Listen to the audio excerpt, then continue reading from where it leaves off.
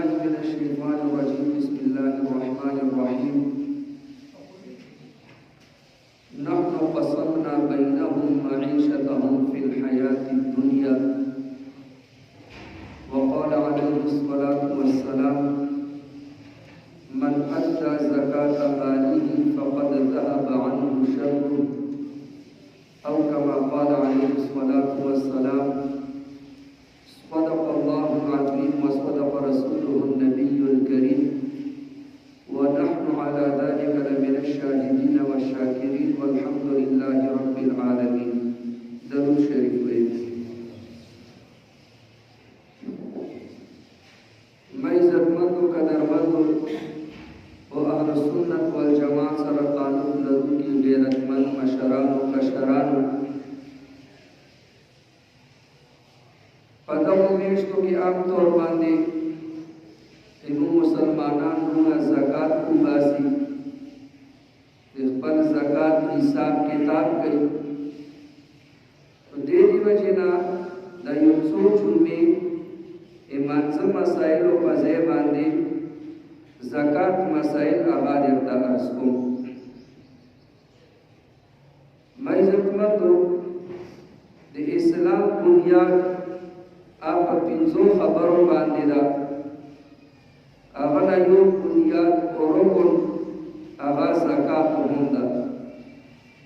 د زکات اهمیت اندازه مو تاسو دینه ولګو. سو قرآن کریم کې مانځه سرا سرا الله جل جلاله 32 ځایونو کې د زکات ذکر کړي. اقیموا الصلاة وآتوا الزکاة بار بار فرمایي 32 ځایونو کې مانځه سره د زکات حکم فرمایلی. دغه امت نه مخکې سابقه امتونو باندې الله جل جلاله زکات فرض کړی و. چنانچه قرآن کریم کې الله پاک د اسماعیل علیه السلام متعلق فرمایي وکان یأمر اهله بالصلاة والزکاة. اسماعیل علیہ السلام خپل کور والا ورته د مونځ او د زکات حکم کوي کول. او د حضرت یعقوب علیہ السلام متعلق فرمای واوحینا الیهم فعل الخيرات واقام الصلاة وایتاء الزکاة. سما هغه ته حکم کړو د نیک کار کول، د مونځ قایمول، زکات ورکول. دغه معلومه شوه سابقه امتونو باندې الله سبحانه وتعالی زکات لازم کړو. والبته په مسائلو کې طریقې کار کې د زکات شرعي حدود پته کې به فرق ده. په دغه امت باندې ابتدائی اسلام اولنی هجرین اللہ جل جلالہ زکات دا لازم کرے. اولنی کال سورۃ المزمل دا چونکہ ابتدائی اسلام کی نازل شوے نو اولنی کال باندې اللہ جل جلالہ دی زکات فرضیت حکم کرے. البتہ فرق صرف داو چې ابتدائی اسلام کی دی زکات صرف دا طریقہ کارو کوم مسلمانان او سره ضرورت نه زیتی مالو آپ غریبانانو فقیرانو مسکینانو مسلمانانو ته ورکول. د بدویم کال باندې تفصیلی احکامات راغلو. د زکات نصاب مقرر شو، چاته ورکول دي چاته ندي ورکول. بقایا مسائل آدھے بدویم کال باندې تفصیل سر اللہ جل جلالہ نازل کری.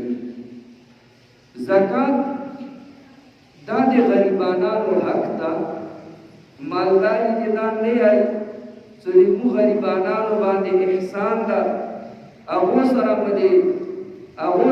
مالی تعاون کرو بلکہ دا دے مالدارو پا غریبانانو احسان ندا بلکہ دے غریب احسان دا پا مالداری باندے سو غریب پا ذریعی سرا دیتا یو فرض حکم آغا آداش کو.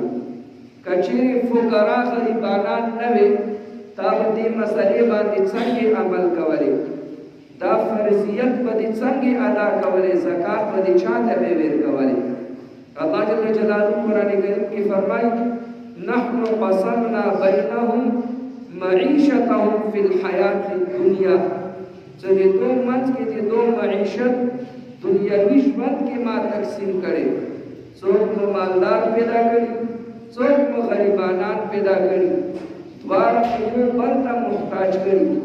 مالدار محتاج ده د مزدور، مالدار محتاج ده د څوکیدار، مالدار محتاج ده د ډراور، مالدار محتاج ده د سکیورټي ګارد. نو که دا غریبانان نه وي د مالدارو دا ضروریات به څنګه پوره کېدې؟ همدغه رنګې غریب محتاج ده د مالدار. غریب سړی څه مزدوري کوي خو مالداري سره به یې کوي، مالدار سره به ملازم لګي، هغه سره به څوکیدار لګي، هغه سره به سکیورټي ګارډ لګي. نو د مالدار ضرورت د غریب نه پوره کېږي، د غریب ضرورت د مالداري نه پوره کېږي. نو دواړه الله جل جلاله یو بل ته محتاج ګرځولي. د سره الله جل جلاله د دنیا نظام دا روان کړي. بل ځکه الله جل جلاله فرمایي وفي اموالهم حق معلوم للسائل والمحروم، چې د مالدارو خلکو په مال کې معلوم مقرر حق ته د غوښتونکو او د هغو خلکو څخه اسباب معیشت نه محروم دي. د غریبانانو خلکو حق ته د مالدارو خلکو په مال کې. اوس که یو مالدار سړی زکات نه وباسي، دې دا سوچ نه کوي چې ما خپل مال خپله مرضي زه د زکات نه وباسم، بلکې د دې غریبانانو حق غصب کړو. څرنګه کال کو پورا شو زکات کو فرض شي، خدایي کاته کې د مالدارو په مال کې د غرباو څلوېښتمه حصه هغه ولیکل شي. اوس که مالدار غریبانانو ته زکات نه ورکوي نو د دې غریبانانو حق دا وخورو، غریبانانو حق دا یې رالاندې کړو. نبی علیہ الصلوۃ والسلام ارشاد مبارک تھا ان هذه الصدقات انما هي اوصاف الناس، صدقه زکات مال دا د مال خیره ده، دا د خلکو د مال خیره ده. ان هذه الصدقات انما هي اوصاف الناس، د زکات مال دا د خلکو د مال خیره ده. څرنګه لکه ګنینا رس وباسي، هغه نه به ګاڼۍ کې چینی جوړوي یا ورنه ګوړه جوړوي. کله چې دا رس وخوټوي جوش ویر کې ګني دا رس باندې پاسه د جګ یوه کچرا ورته راوخېږي. بې دا کچرا ورته لرې کول ضروري دي. که دا کچرا دې ورنه لرې نه کړه بیا ورنه چیني هم سمه نه جوړېږي، ګوړه هم ورنه سمه نه جوړېږي. کچرا لرې کول ضروري دي. نو د زکات مال څه د تا مال کې ملاو شو، دا د خلکو د مالونو خیرې ده، نو بیا د سره د تا نور مال دا بربادېږي. کله یو انسان ډېر زیات خیرن وي، لام بینا، بیا د هغه څه کېږي دانې ورباندې راولیږي، خرښت ورباندې ولګي، سپرې ورکې وشي. وجه څه ده؟ خیرې ده ورباندې. کله زکات موږ تاسو خپل مال نه نه وباسو نو هغه خیرې مو پکې پرېږدو، بیا دا مال یا په عدالتونو کې لګي، یا به د غلو په لاس باندې لګي، یا به د هسپتالونو کې لګي. ځکه چې تا پکې د مال خیرې ملاو کړې. دې دې وجه الله جل جلاله نبي علیه الصلوۃ والسلام ته فرمایي خذ من اموالهم صدقه تطهرهم وتزكيهم. دو خلقنا دو مالنا زکات واخلا وی دو مالونا و دو باطن دا ورسر پاک کا سخیرن پاتی نشی. تو محترم کم خلق دی زکات انکارو کی زکات فرض ده. زکات فرضیت نه انکار وکړو دا کس مرتد شو، دا واجب القتل ده. همدا وجه ده چې نبی علیه الصلاة والسلام وفات نه پس څه خلکو د زکات انکار وکړو. حضرت ابوبکر صدیق رضی الله تعالی عنہ د هغو خلکو خلاف اعلان جهاد وکړو. وکړه یو کس د نبی علیه الصلاة والسلام په زمانه کې د زکات په ملک کې یو پړی ورکولو، نن هغه پړی ورکولو نه که ده انکار وکړو زه به هغه کس سره جهاد کوم. په اسلام کې ټولو نه اول دا جنګ ده چې د غریبانانو حق دپاره ابوبکر رضی الله تعالی عنہ کړی. موجوده ټیم کې یهود و نصاران دا یو زموږ د غرباو حق دپاره آواز اوچتو.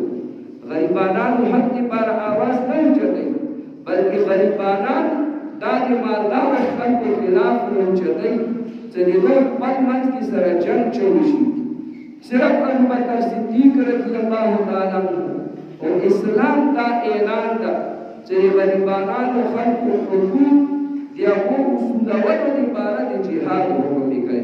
زما محترمو، کوم کس مسلمان وي، صاحب نصاب وي، مالدار وي، هغه دپاره دا فرض ده، په هغه باندې لازم ده چې هغه زکات وباسي.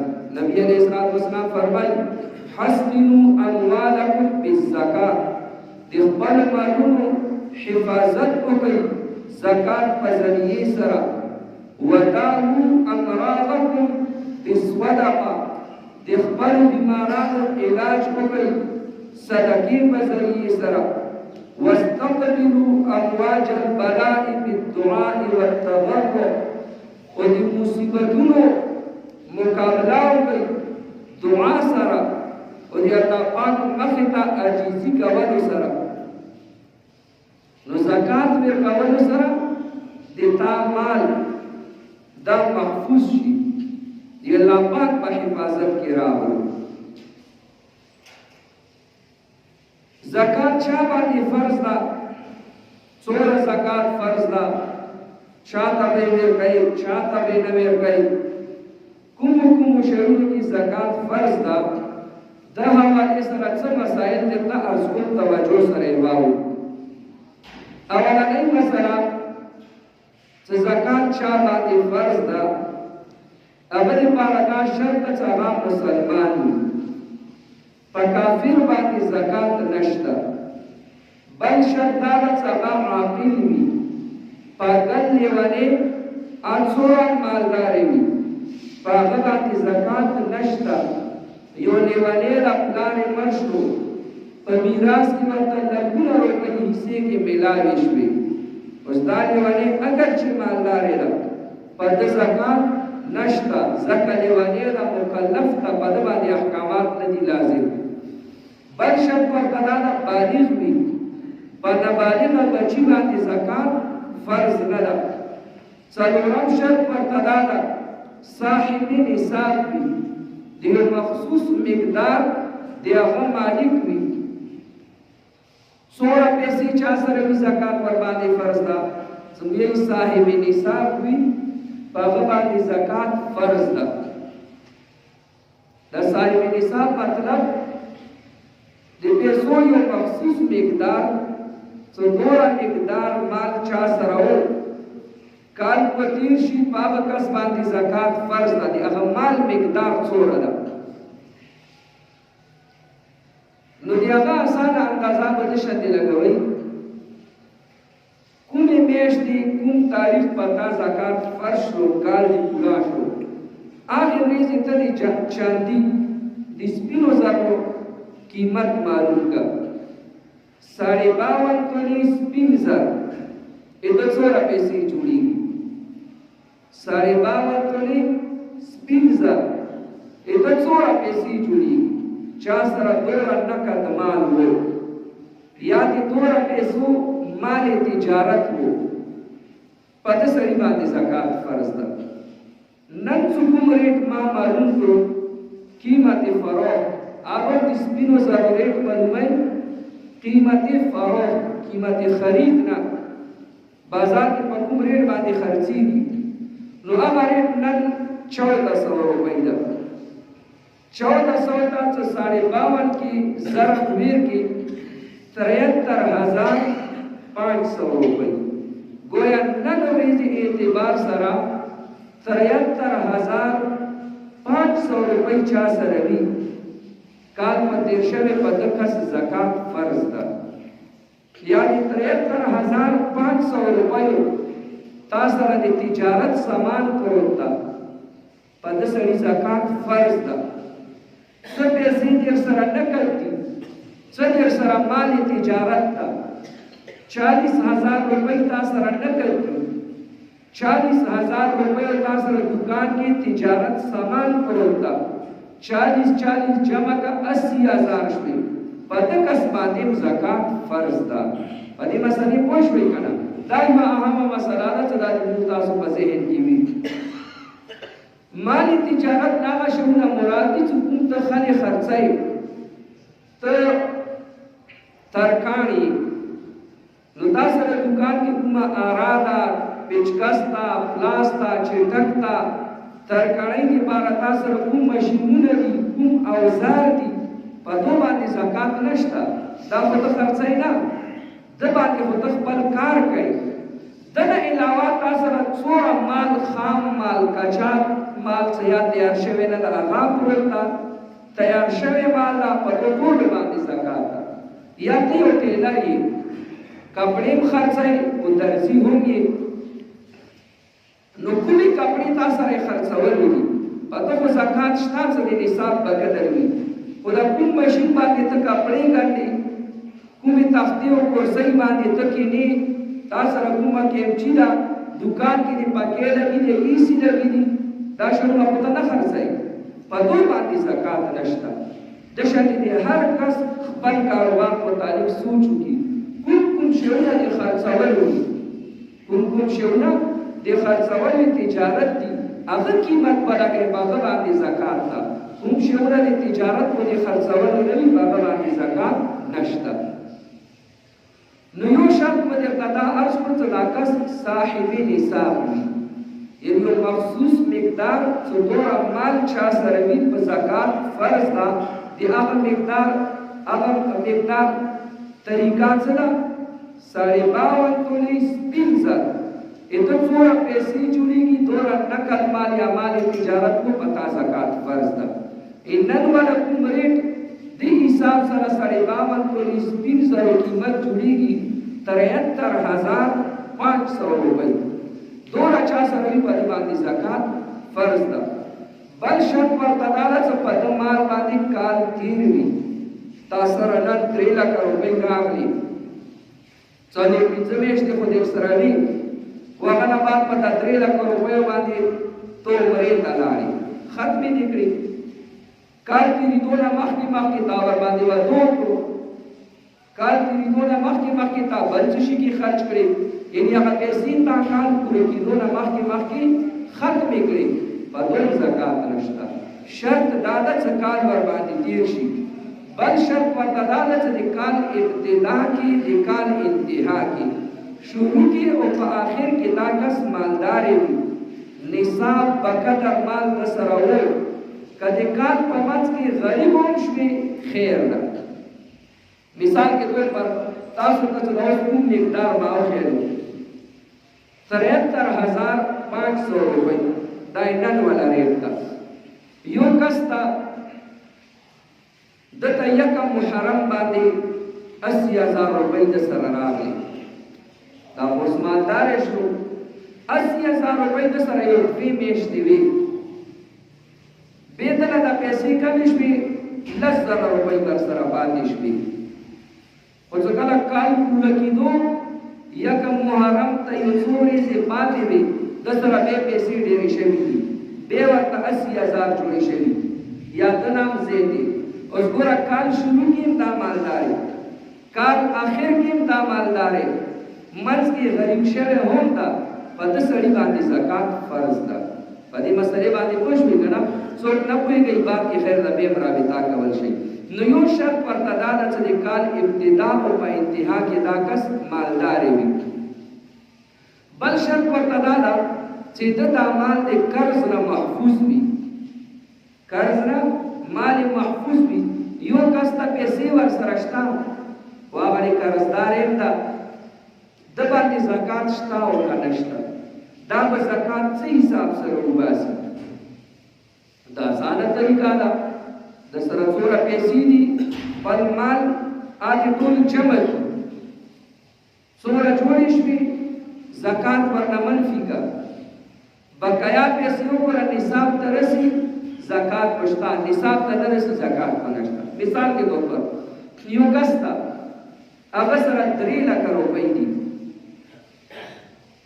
او په هغه باندې 2 لکه قرضه ده، کالي پوره شو د خپل ټول مال جمع کړو د سره 3 لکه روپۍ دي، چې حساب یې وکړو په ما 2 لکه قرضه ده، دا 2 لکه ورنه منفي کړه 1 लाख روپۍ دا د خپلې ذاتي پاتې شوې. دا 1 लाख روپۍ دا د نصاب نه زیاتې دي، 73,500 نه زیاتې دي، په ده باندې زکات فرض ده. خو که ته باندې قرضه دومره ډېره ده چې نصاب ورسره نه پاتې کېږي، د سره 3 لکه روپۍ دي، 2.5 لکه ورباندې قرضه ده، د دې کال اخر کې خپل ټول جمع منفي وکړو 3 लाख روپۍ دي، 2.5 لکه قرضه یې ورنه منفي کړه، بقیا څو پاتې شوې 50,000. اوس دا ګوره د 50,000 دا د حساب نه کمې دي، 73,500 نه کمې دي، نو په 50,000 باندې د باندې اوس زکات نشته. اگر چې د سره 3 لکه دي په دا 3 لکو کې 50,000 یې د خپلې دي، بقیا پیسې پردۍ دي، د باندې اوس د 2 لکو کې زکات نشته. په دې مسلې باندې پوه شوې که نه؟ نو یو شرط ورته دا ده چې دا مال دا د قرضو نه محفوظ وي. بل شرط ورته دا ده چې دا مال د اصلي ضرورتونو نه دا زاید وي. کور دی دا 1 کروڑ روپیو قیمت یې ده، خو هغه کې خو ته اوسې خرڅولو دپاره نه ده، ګاډۍ ده در سره 50 लाख روپیو، خو هغه تا ضرورت ته ده، ګاډۍ تجارت دپاره نه ده، نو د شته نور کوم ضرورت والا شیونه وي چې تجارت دپاره دی هغه نه وي، نو په دې سړي باندې زکات نشته، که دنه علاوه نورې پیسې ورسره نشته. مثلا یو کس سره 50 लाख روپیو ګاډۍ ده، 1 کروڑ روپیو والا د ده بنګلا ده، نو 1.5 کروڑ مالیت خاوند ده، دنه علاوه د غریب سره هېڅ هم نشته، قرضدار ده، نو ته به د ګاډي د کور ته به نه ګورې، دا به د ضرورت والا شیونه دي، د کس باندې زکات نشته، بلکې دا په خپله د زکات مستحق ده چې ته دته زکات ورکړې. نو دا یو څو شرایط مو درته عرض کړو چې زکات چا چا باندې فرض ده. اولنی شرط مسلمان وي په کافر نشته، عاقل وي په مجنون نشته، بالغ وي په نابالغ نشته، صاحب نصاب وي په غریب نشته، کال ور باندې تیر وي کال نه مخکې په زکات نشته، کال ابتدا انتها کې مالدار وي، کال منځ کې که غریب شي د ده هېڅ اعتبار نشته. او بل شرط ورته دا ده چې قرضې نه د ده مال محفوظ وي، وایي د اصلي ضروریاتو نه هم د ده مال محفوظ وي. دنه علاوه زکات کومو شیونو باندې ده؟ سړی سوچو چې د سره کور کې ډېر شی سامانونه دي، کور کې ډېر شی سامانونه پراته دي، فرنیچر دي، فریج هم ده، ایسی دی کور کې لګي دي، موټر سایکل دی ده، قیمتي موبایل دی ده، کور کې خپل ده، قیمتي کمپنۍ دي، کلیمونه دي کور کې، آیا په دوه شیونو باندې هم زکات ده؟ نو د شته کوم شیونه دي چې په هغه باندې زکات شته؟ دا توجه سره واورئ. سره زر، نمبر 2 سپین زر چاندي، نمبر 3 نقد مال پیسې چا سره وي، نمبر 4 مال تجارت اخیستلو خرڅولو والا سامان، نمبر 5 فصل غلا زمیندارا کوي سو عشر ده په هغه کې عام زکات ده، او زناور په زناورو کې زکات ده. د دې مقدار څومره ده؟ سره زر، سپین زر، نقد مال مال تجارت فصل زناور دا چا سره وي په دې باندې زکات فرض ده خو دې ته مقدار وسپوره ده کور کې دی یوه غوا ده په دوم زکات ده یا یو کس سره 50,000 روپۍ دي یا اوس دا هم زکات ورکوي نه دې ته کې د هر یو شي نه خپل مقدار ده نصاب ده صاحب با قدر چا سره سونا سوي زر نقد مال وي بیا خو زکات شته ورناسي ور باندې نشته دا نصاب هم توجه سره واورئ سونا اورونی بیتولی یا دنا زیتا چا سره وي دې سونې کې زکات فرض ده د سپین زر مقدار 52 تولی یا دنا زیت چا سره سپین زر وي په دې باندې زکات فرض ده نقد مال مقدار 52 تولی سپین زر دا په 4 پیسو باندې کیږي 2 پیسې چا سره وي په دې باندې زکات فرض ده نن والا کوم ریټ تا 52 تولی سپین زر اته قیمت تا 73,500 روپۍ نقد مال 2 چا سره پیسې وي په دې باندې زکات فرض ده مال تجارت 73,500 روپۍ د 2 پیسو مال تجارت چا سره دکان کې پروت ده په دې باندې زکات فرض ده فصل هیڅ مقدار نشته فصل لږ وشلو که ډېر وشلو سبزي دې کرلي فروټ دې کرلي غلا ده دا لږ وشو که ډېر وشلو پټي کې دې 10 کیلو ټماټر وشلو نو هغه کې عشر شته غنم دې 2 منه غنم وشلو او که نه 200 منه غنم وشلو په ده کې عشر شته همدغه رنګې امرود دې کرلي یو کاریټ امرود دې وشلو او کنا سونه کاریټ امرود دې وشلو په ده کې عشر شته بیا د هغه والا مقدار نه ده متعین د زمیندارۍ والا د فصل په دې غني دو شیونو والا زناورو کې کومو زناورو باندې زکات ده غوا میخه ګډمزه اوښ غوا میخه ګډمزه اوښ په دو باندې زکات ده خو دې ته مقدار څومره ده غوا میخه چې دا 25 ته دې تعداد ورسي 25 یا دنه زید ګډمزه دې د تعداد 40 یا دنه زید اوښ دې هغه تعداد 5 یا 5 نه زید بیا په هغه باندې زکات فرض ده خو دکې یو بله مسله هم ده اوښ غوا میخه ګډمزه د باندې زکات فرض ده خو د دې لپاره شرط دا ده چې دا ځنګل کې غرونو کې څه دي د خوراک څښاک مفت والا ده که نه تا د غواوانو والا فرم ده 500 غواوانې دي ډېر سره په هغه باندې ته جیب نه خوراک کوي بیا د دغو غواوانو باندې زکات نشته ګډې بزې دي جیب نه په خوراک کوي غرونو ځنګلونو کې نه څري خوراک یې مفت نه ده په دو باندې زکات نشته اوښانو باندې جیب نه خوراک کوي غرونو ځنګلونو کې نه څري بیا په دو باندې زکات نشته په دې مسلې پوه شوې که نه خو دغې یوه بله مسله اوښان غوا میخه ته خو مې درته عرض وکړو ځکه ده باندې ته جیب نه خورول کوي بیا خو دو کې زکات نشته خو دا هغه صورت کې چې دا غوا میخه اوښ ګډمزه دا تجارت دپاره نه وي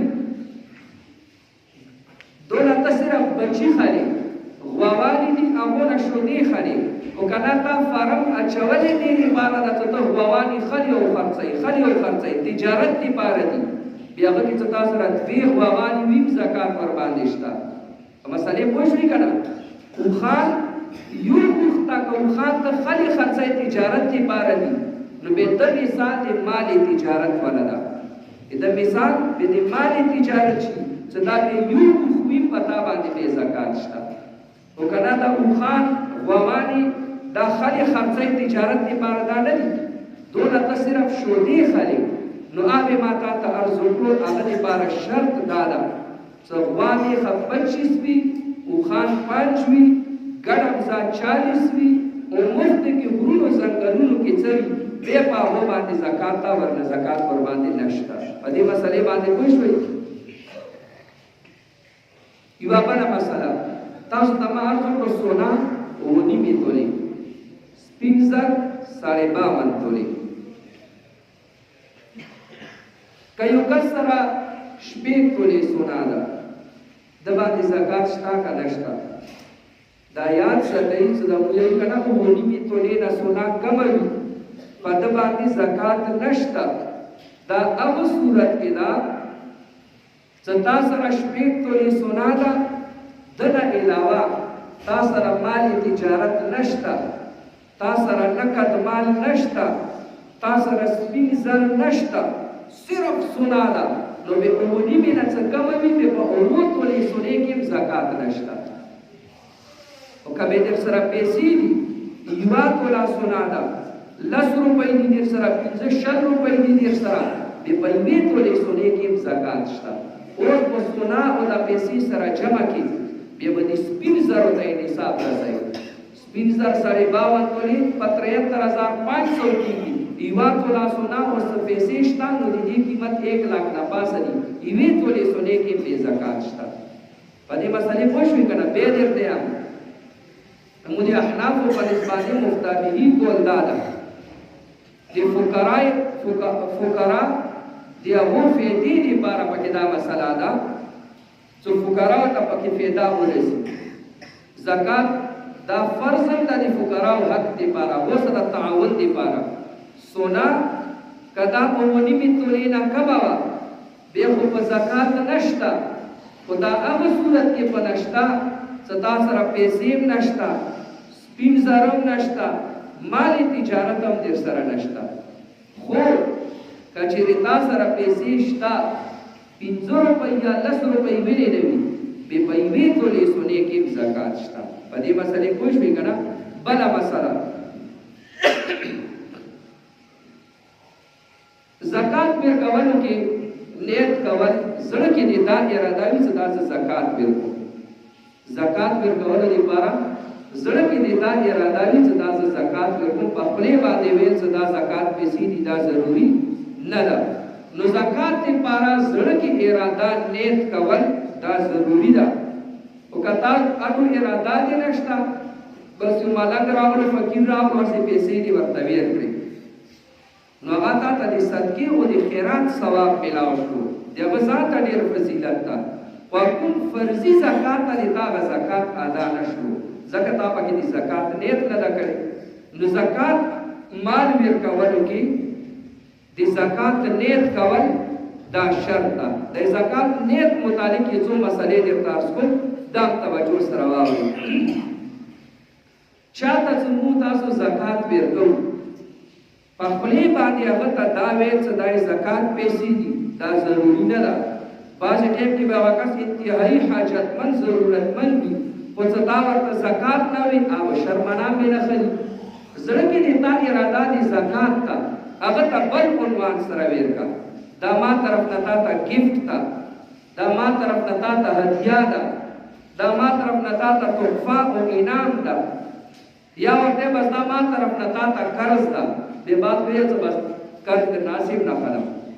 زړه کې خو تا اراده دي زکات ته بل عنوان سره هغه ته ته ویل که د تا زکات ادا شو. په دې مسلې پوه شوئ که نه؟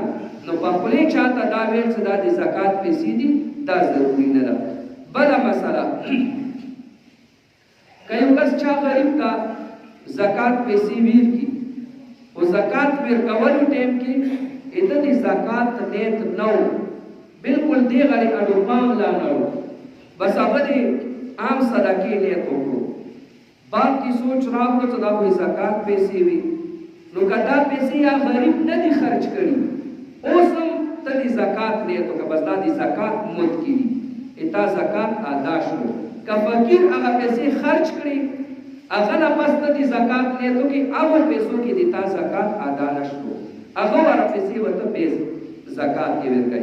یو غریب ته تا 100 روپۍ ویر کړي هغه ټایم ته پوه نه شوې تا د زکات هغه اراده نه وه جلدۍ کې وې بعد کې درته یاد شو چې دا خو بنده جیب نه ویر کړې ته جیب کې خو د زکات پیسې دي نو هغه غریب یا نه دي خرچ کړي پیسې ورسره نو تا اوس هم د زکات اراده نیت وکړو د تا زکات ادا شو که بلې ورځې د تا زړه کې اراده راوچته شوه ځای زکات مد لري او هغه فقیر هغه پیسې خرج کړي وي نو د تا زکات بې ادا نه شو تا ته د عام صدقې خیرات ثواب میلاو شو 100 روپۍ به ته مزید بې زکات کې ورکوې بله مسله ته څه کله حساب کوې د زکات مثال کے طور پر تا جمع منفی حساب دے اور پما باندې 20,000 روپۍ دا د زکات روا وخت به دا 20,000 روپۍ تا د نورو پیسو نه بیلا کېږي صدا د زکات پیسې دي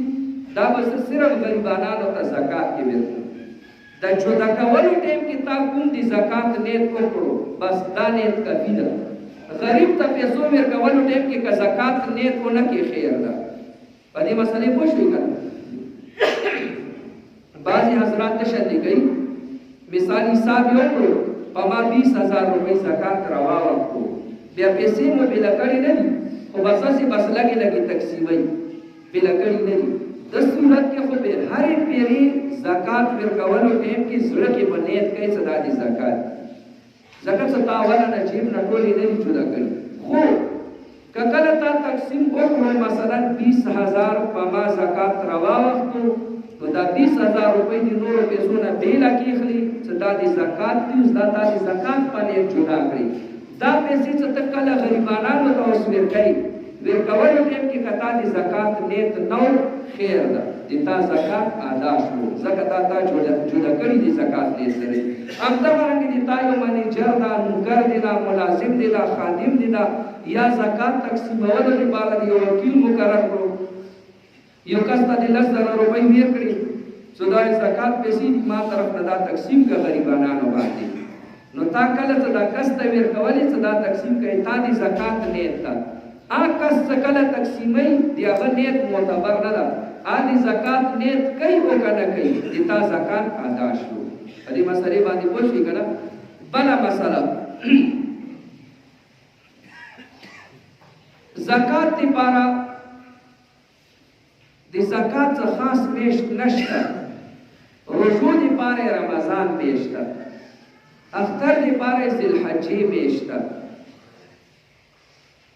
دشه د زکات والا مخصوصه میاشت نشته ایمو خلکو دا میاشت خاص کړي څه د رمضان نه پیله کومه میاشت ده دا د زکاتونو میاشت ده څوک یې رمضان دا د زکاتونو میاشت ده دا غلطه خبره ده کومې میاشتې کوم تاریخ باندې ته مالدارې شوې هغه میاشت هغه تاریخ آیا تا د زکات میاشت او د زکات ورځ ده په مسلې پوه شوې که نه مثال کے طور پر یو کس ربیع الاول میاشتې کې 15 تاریخ باندې د سره پیسې راغلي دا مالدار شو صاحب نصاب شو بل کال ربیع الاول 15 تاریخ څنګه راغلو په د زکات فرض شو رمضان ته مؤخر کول دا مناسبه نه ده یو کس ته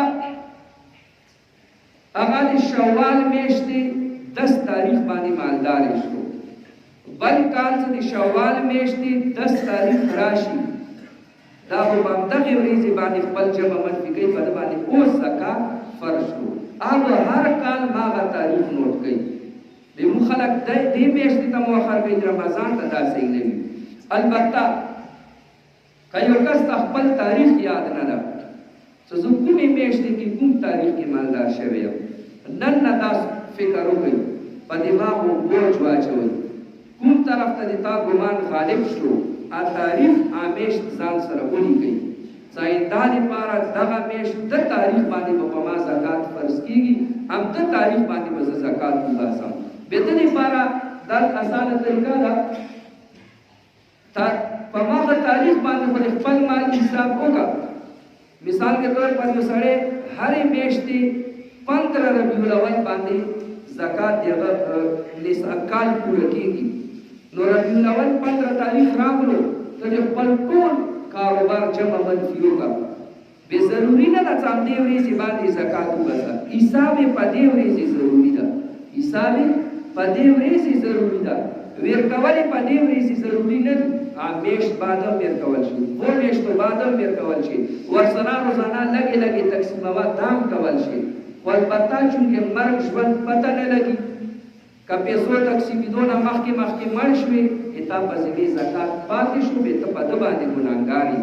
دې دې وجې بهتره دا ده چې فوراً د زکات مال مو تاسو دا تقسیموو. حتی یو سړي د خپل د زکات حساب وکړو چې په ما باندې 50,000 روپۍ زکات راواوښتو، بیا د 50,000 روپۍ دا یې بېله کېښلې چې دا به زه زکات کې ورکوم، بیا دا کس مړ شو، دغه 50,000 په زکات کې اوس نه ورکوي. دا مال دې د مړي پاتې نه شو، دا مال اوس د وارثانو حق ده.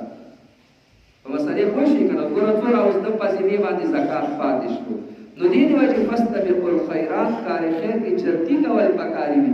که دوی چې دا به زه لږې به زه تقسیموم، نو که تا ته مرګ راغلو د تا زکات خو پاتې شو. البته داسې ټیم کې د کس باندې وصیت لازم ده چې اوله نه بیمارۍ کې وارثانو ته ویل که زه مړ شوم د ما مال نه به زکات وباسئ، و هغه د ده د مال 3 حصې نه به زکات وباسي. خو مرګ ژوند خو څه پته نه لګي، اچانک مړ شوې دا زکات د تا پاتې شو، دا اوس د ورثاو په منځ کې دا مال تقسیمېږي، دا مال د ده کس نه ده.